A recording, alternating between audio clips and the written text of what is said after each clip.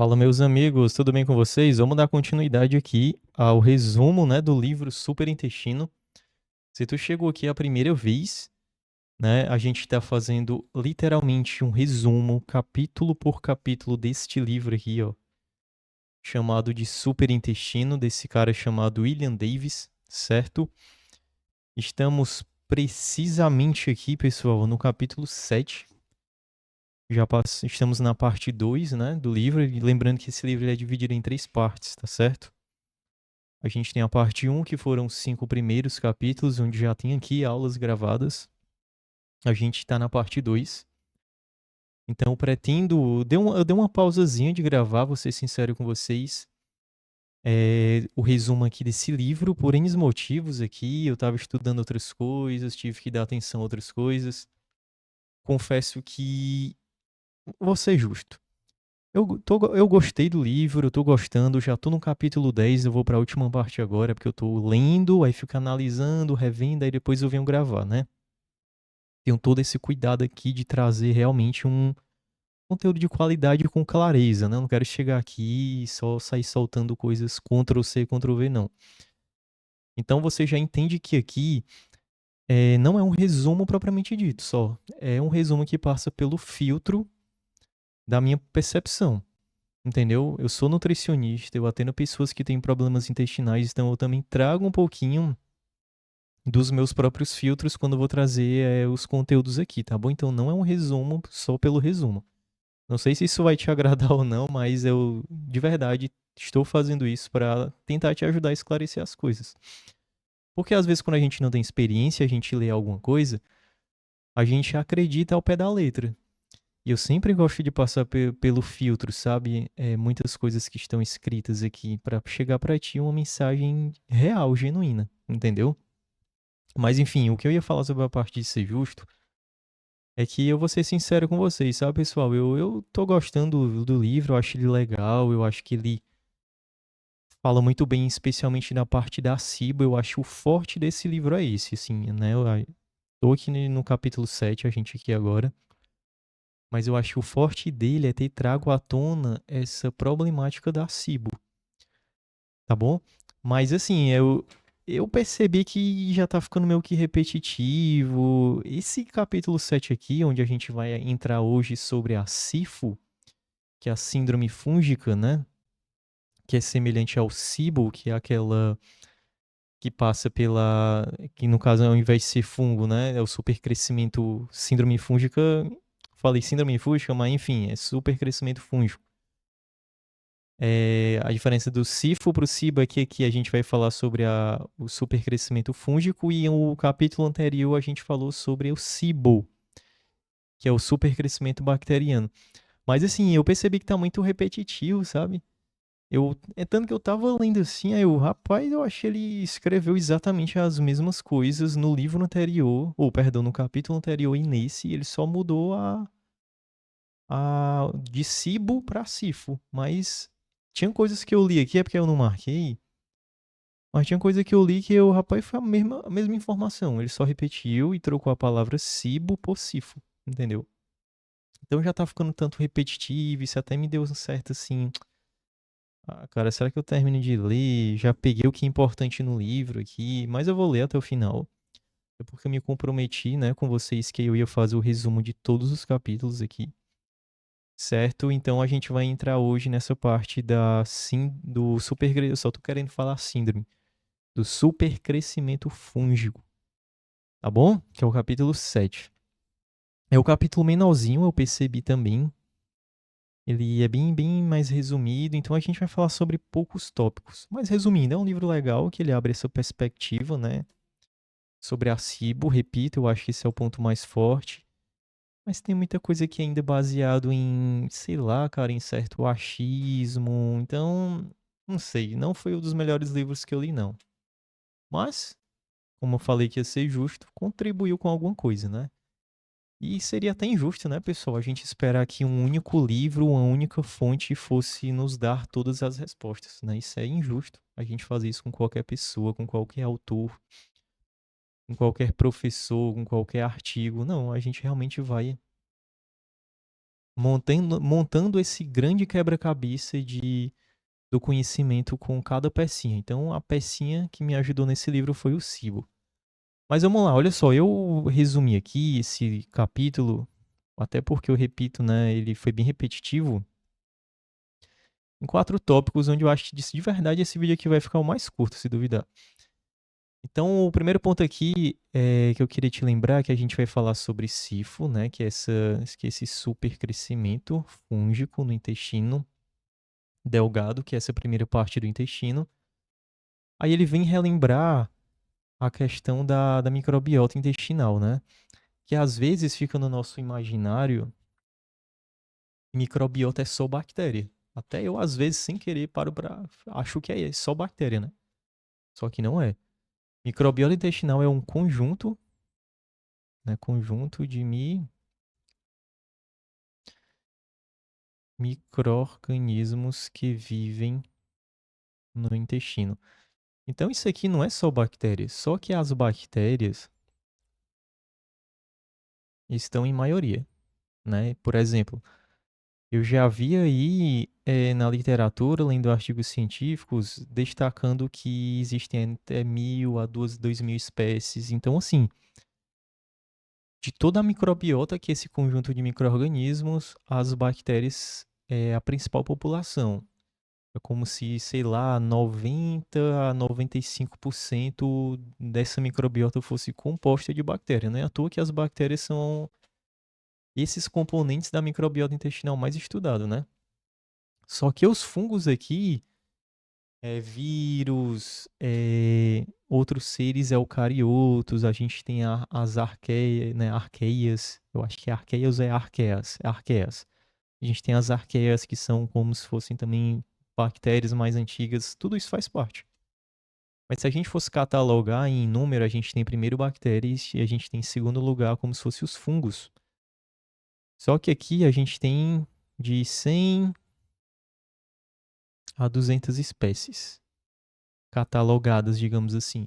Então perceba que mesmo que os fungos estejam em segundo lugar, vou botar aqui embaixo para deixar organizado. Vamos botar assim, ó, primeiro lugar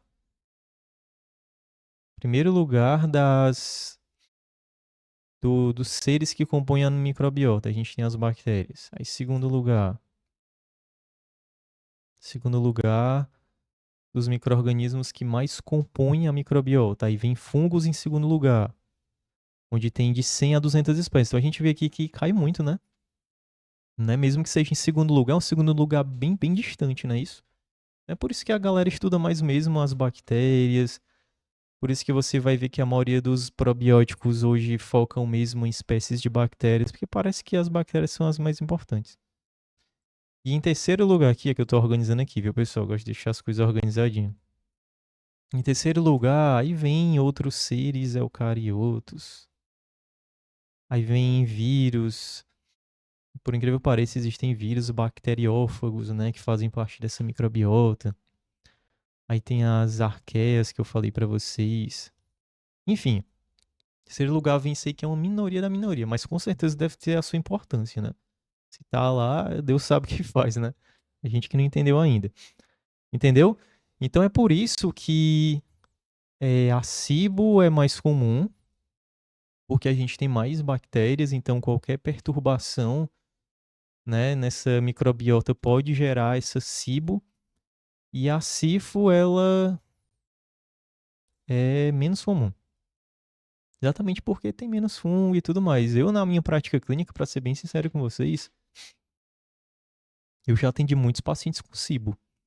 Muitos mesmo. Agora, com SIFO, o que eu recordo agora, diagnosticado mesmo, até porque é mais difícil o diagnóstico também, fazer essa. Porque com sintomas, outra coisa interessante aqui, né? Os sintomas semelhantes. Espera aí, eu vou puxar esse negócio aqui do SIFO para baixo, para ficar certinho, né? Que os tópicos não ficarem soltos. Sintomas semelhantes e difícil diagnóstico. Ou melhor, eu vou botar difícil diagnóstico aqui na frente. Difícil. Desculpa, pessoal, aqui. Eu nunca sou bom digitando e gravando. Diagnóstico. Então, assim, o diagnóstico é difícil e os sintomas são semelhantes, aí é difícil, né, não? Você saber se o cara tá com sifo ou com cibo. Enfim, é mais complicado fazer essa distinção. Então, o sifo, ele é esse super crescimento de fungo no intestino delgado, também, né, que é essa primeira parte do intestino. Ele acaba sendo mais comum do que a SIBO, ou menos comum do que a SIBO, né, porque a SIBO a gente tem mais bactérias, então é mais, enfim, e tem essa dificuldade de diagnóstico, tá certo? Aí outra questão aqui é que parece que existem 3 espécies de fungo, tá aqui, ó, 3 espécies de fungos. Vou abrir logo um outro tópico aqui. Eu conheço o Notion aqui, aí se eu ficar escrevendo aqui, ó, e não abrir esse outro tópico aqui, ele não vai abrir esse outro tópico, ele vai ficar só nos subtópicos. Mas enfim, isso aqui não é importante não, é porque eu conheço aqui as ferramentas.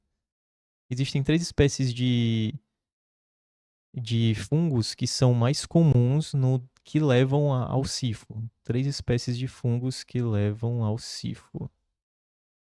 Que são, né, fazem, na verdade, eu não sei se eu posso chamar de cepa agora, até eu tô em dúvida. Eu não sei se eu falei pra vocês na aula passada a diferença de espécie para cepa, né?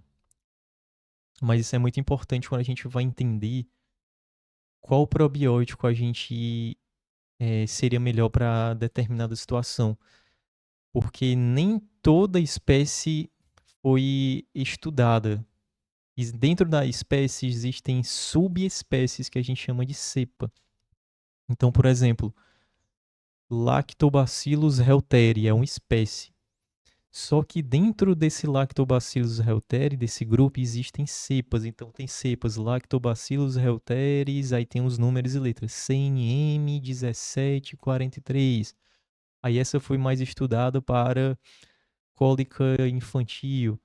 Aí Lactobacillus JLH 40, eu tô inventando aqui, viu? Mas normalmente é assim, cepa vem em nome, número e letras. Aí essa é uma cepa mais estudada para tratar a constipação, entendeu? Então existe essa diferença entre espécies e cepas. O ideal, no mundo ideal que eu acredito que vai chegar, na verdade a gente ainda está um pouco longe disso, para ser bem sincero. Mas no mundo ideal, o correto seria escolher assim: estou com síndrome do intestino irritável. Ah, certo, eu vou te dar esta cepa específica, não a espécie. Porque a espécie ela é como se fosse generalista. E a cepa ela já é específica para cada caso. Entendeu aí o que eu quero falar? Eu vou te dar um exemplo simples, que eu até gravei um vídeo aqui no meu canal, acho que há algumas semanas atrás. Imagina que espécie seja o cachorro e a cepa seja as raças do cachorro. Então, por exemplo, espécie cachorro. Tu mora num bairro perigoso. Aí eu até coloquei esse detalhe aqui, né? Ó, que espécie é diferente de cepa. Não é a mesma coisa. Então tu mora num bairro perigoso. Aí você quer comprar o cachorro. Só que tu não quer comprar qualquer cachorro, concorda?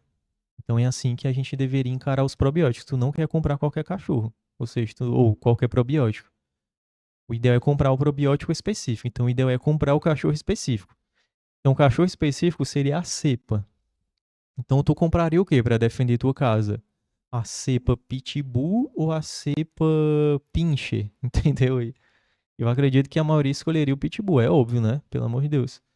Então, com os probióticos é a mesma forma. O ideal não é comprar a espécie, é o que mais acontece. Todo mundo, é multi-espécies, tem 3 espécies, beleza.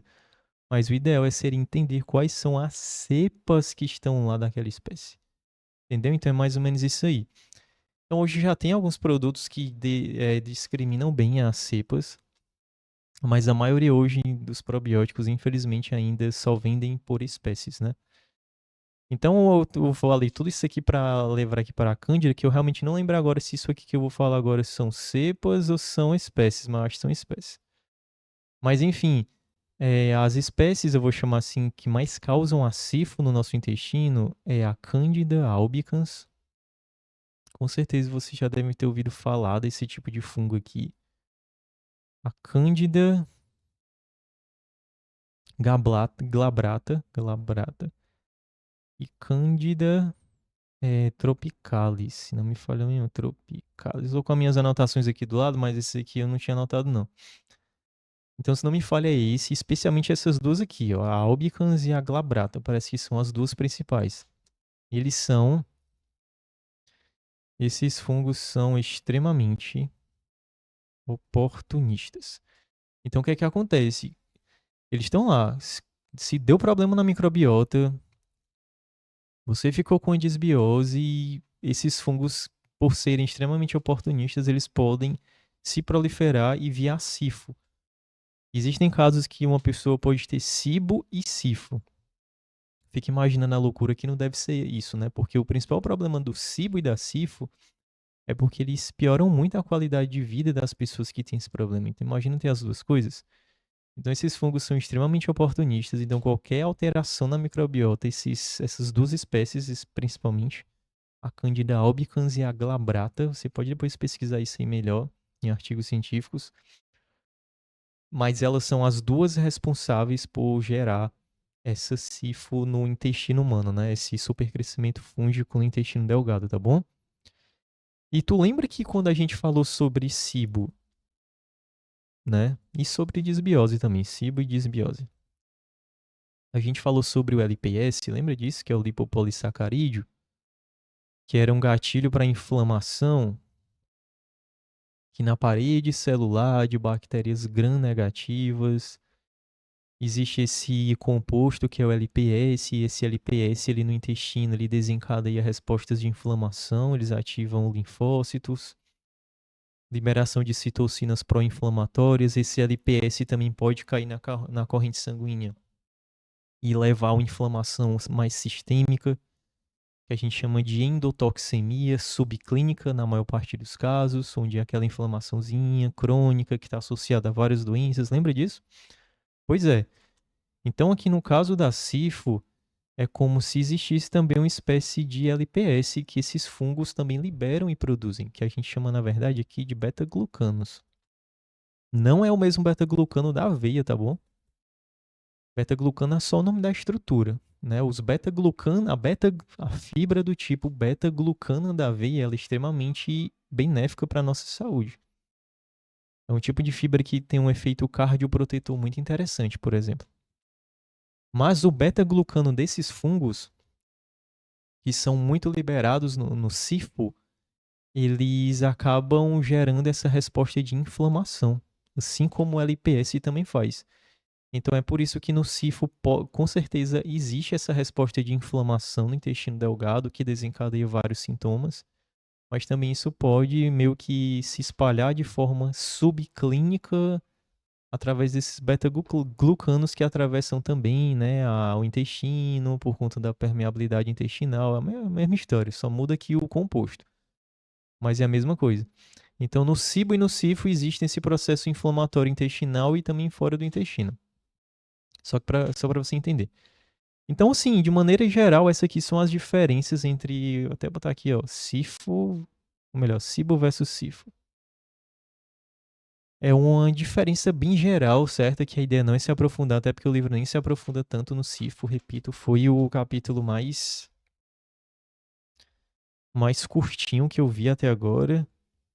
Acho que deu, deixa eu ver aqui, ó, acho que deu poucas páginas mesmo, mas ainda tem duas coisinhas aqui pra falar, viu, pra vocês? Ó, página 111. Ó, quantas páginas são? Eu tô aqui com o livro. Ó. Uma, duas, três, quatro, cinco, seis, sete, oito. Ó, 8 páginas só. Aí eu vou gravar depois, obviamente, o capítulo 8. Aí aquele depois vai falar sobre possíveis antimicrobianos, antifúngicos naturais, ele vai chamar, né? Antifúngicos e antibióticos. Aí ele vai falar aquela mesma história, sabe? Bem da medicina. Não sei se é medicina, velho. Eu acho que é, tipo assim, da medicina complementar e tudo mais, né? Ele vai falar que existem alimentos, que a gente na nutrição entende isso. Só que a gente não bota muita fé no sentido de, olha só, aí tu vai entender, ó. Eu já tô me adiantando aqui nas falas, tenho que parar com essa mania, ó. Então ele vai falar que o açafrão da terra tem a curcumina, e tem esse efeito antifúngico e antibiótico natural. Aí tem a berberina. Berberina, aí tem os óleos essenciais extraídos de alimentos, como o óleo de orégano. Tem parênteses. Orégano. Aí tem o cravo da Índia. Eu acho que eu até já citei isso aqui em outros vídeos que eu gravei, não? Depois me digam aí. Enfim, aí ele cita aí, né? Existem esses alimentos que ajudam, que é aquela coisa, na nutrição a gente sabe que isso é verdade, só que a gente não fica botando muita fé. Não entendo, não é que a gente não acredite, né? Pelo menos é a minha linha da nutrição. Não é que a gente não acredite que isso aqui funcione, possa ajudar, mas assim, tu entende que é meio que difícil eu chegar para um paciente e falar assim, ó, não faz o tratamento lá não, com antibiótico. Fica tomando curcumina e berberina aí que vai dar tudo certo, entendeu? É meio complicado, né? Porque, tá entendendo? Eu não tenho como comprovar que você comer esses alimentos, você vai tratar a sifo e a cibo e vai ficar tudo ok e você não precisa tomar um antibiótico. É meio complicado isso. Entendeu? Não é que eu desacredite e também eu acredito que você também não desacredite. A gente acredita que esses alimentos realmente ajudam, tem um potencial anti-inflamatório. Eu tenho vários vídeos aqui no canal falando sobre isso. Só que é aquela coisa, tu tem que ficar usando isso aqui como medida contínua, assim, vou temperar uma carne e vou usar açafrão. Vez ou outra eu vou ficar usando outras especiarias. Por quê? Porque faz parte da tua dieta, mas não pega isso aqui como uma grande solução miraculosa para resolver um problema. É você ficar usando isso aqui na tua vida cotidiana. Açafrão, páprica, orégano, chimichurri, canela, cacau, essas especiarias. Vai usando normalmente, esperando que isso vai gerar efeito com certeza anti-inflamatório no teu corpo, antifúngico no teu corpo, antibacteriano no teu corpo, mas de maneira natural, de longo prazo, né? Não é pra tu ficar agora assim, eu tenho que. Não é, a ideia não é assim, tô com sifo, então durante 30 dias vou usar e nunca mais uso. Tá entendendo o que eu quero falar? Mas enfim, inclusive no próximo capítulo que eu for gravar, tem um estudo piloto mostrando que alguns desses agentes tiveram uma resposta semelhante à rifaximina no tratamento da SIBO.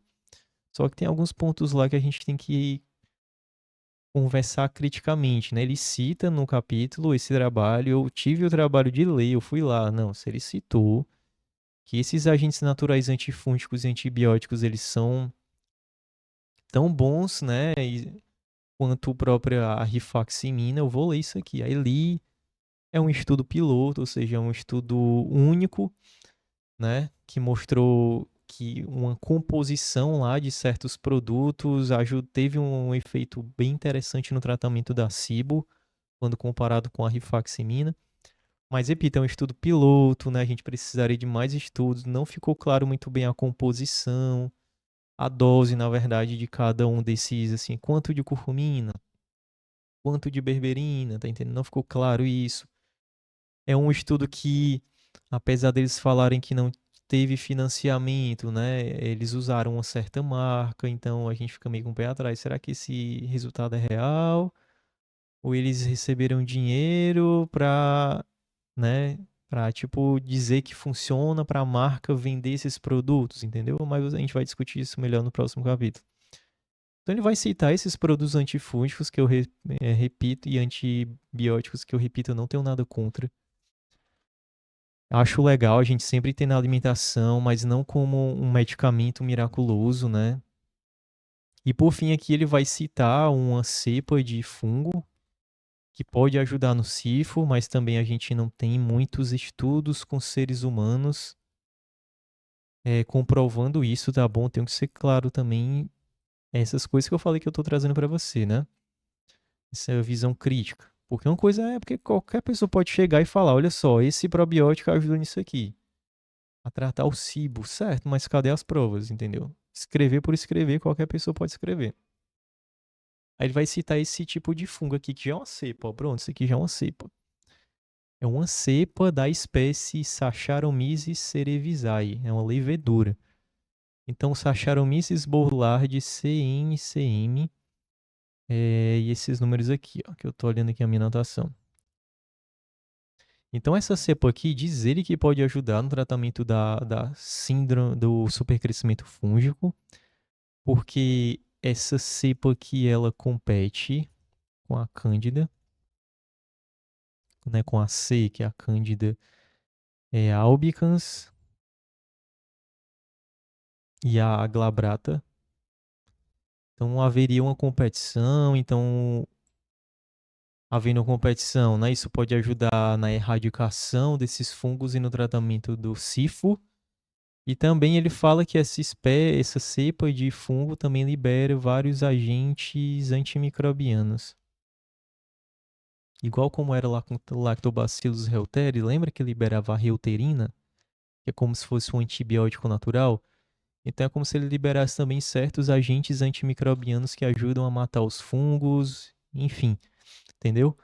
Ponto importante, de fato essa cepa aqui, Saccharomyces boulardii, CN, CM, enfim, esses números aí, eles são muito úteis em casos de diarreia. Tem muitos trabalhos, independentemente da diarreia, mas normalmente eles ajudam, especialmente eu acho que nas diarreias do tipo infecciosa, tipo assim, gastroenterite.